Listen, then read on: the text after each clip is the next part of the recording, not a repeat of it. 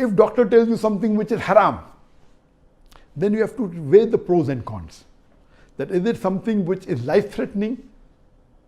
For example, if the doctor tells you that take this alcohol, it is the only medicine that will save your life. Having alcohol is haram, but it's the only medicine that can save your life. So what you have to do little research. That what the doctor is telling, is it really true? If the doctor is telling you something which is generally haram, anything which is haram, but because your life is in danger, automatically that becomes halal for that time. Like Allah says in the Quran in no less than 4 different places.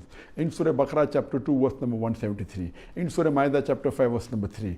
In Surah Nahl chapter 16 verse 115. And Surah Anam chapter number 6 verse number 145. That if willingly, if unwillingly you disobey Allah subhanahu wa ta'ala, then Allah is Rahman or Rahim.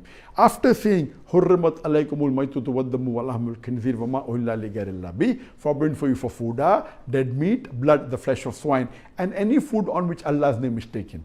These 4 things are prohibited. But the verse continues, if unwillingly, if you disobey Allah as a requirement, then Allah is Rahman or Rahim, He forgives you. For example, if you go in a boat and there is no food, and you have been out at the sea for several days, and the only food available is pork.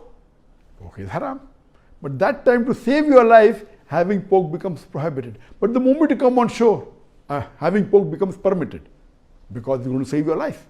But the moment you come to shore, pork again becomes prohibited. So similarly, in this situation, the doctor tells you that alcohol is the only medicine that can save you. You have to research. Is the doctor what he's saying is right? Is there any other alternative? If there is an alternative, for example, the homeopathy medicine contains alcohol.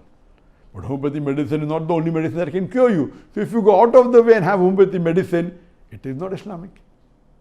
Because most of the homeopathy medicine contain alcohol.